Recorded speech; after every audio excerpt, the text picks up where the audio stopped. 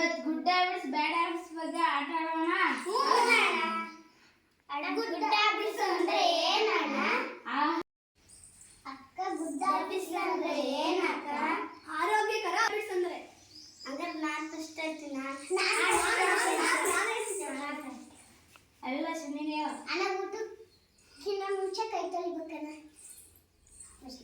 ಪ್ರತಿದಿನ ಸ್ನಾನ ಮಾಡಬೇಕು. ಒಂದು ವಾರಕ್ಕೊಮ್ಮೆ ಉಗುರು ಕತ್ತರಿಸಬೇಕಣ್ಣ. ಅಣ್ಣ ತರಕಾರಿ ಸೊಪ್ಪು ಹಣ್ಣುಗಳನ್ನು ತಿನ್ನಬೇಕಣ್ಣ.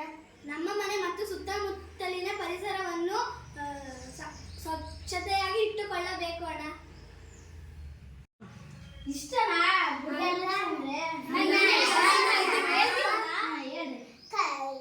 ಸುಳ್ಳು ಹೇಳ್ಬಾರ್ದಣ್ಣ, ಕಳ್ಳತನ ಮಾಡಬಾರ್ದಣ್ಣ, ಚಾಡಿ ಹೇಳ್ಬಾರ್ದಣ್ಣ, ಭೇದ ಭಾವ ಮಾಡಬಾರ್ದಣ್ಣ, ನಮ್ಮ ಮನೆ ಕಸವನ್ನು ಬೇರೆಯವರ ಮನೆಗೆ ಹಾಕಬಾರದಣ್ಣ.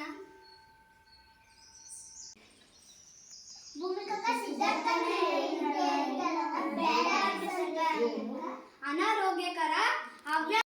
ಹಾಗಾದ್ರೆ ಬ್ಯಾಡ್ ಹ್ಯಾಬಿಟ್ಸ್ ಗಳನ್ನ ಹೇಳ್ತೀರಾ?